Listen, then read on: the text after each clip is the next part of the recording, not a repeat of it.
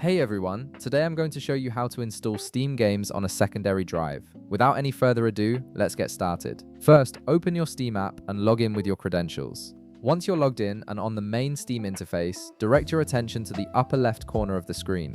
You'll see a menu option labeled Steam. Go ahead and click on it, and from the drop-down menu that appears, select Settings. This will open up your Steam settings window where you can configure various aspects of your Steam client. Once the settings window opens, look at the left panel where you'll find different categories. Click on Storage.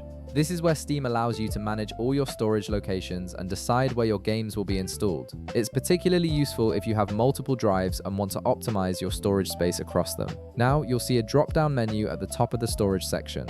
Click on it and select Add Drive from the options available. This feature lets you designate additional storage locations for your Steam library, giving you more flexibility in managing your game installations. After selecting Add Drive, another drop-down menu will appear.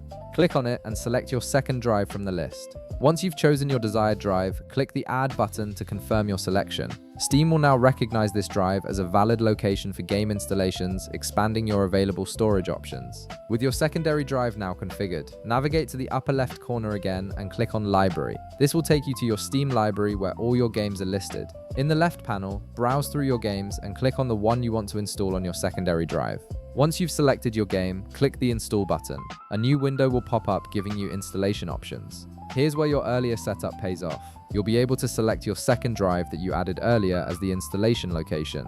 Make sure to choose it from the available options. Finally, click Install to begin the installation process. Steam will now download and install your game directly to your secondary drive, freeing up space on your primary drive while still giving you full access to your game library. And there you have it. You've successfully set up and installed a Steam game on your secondary drive, giving you better storage management for your gaming library. If this video helped you out, be sure to leave a like, subscribe, and I'll see you in the next one.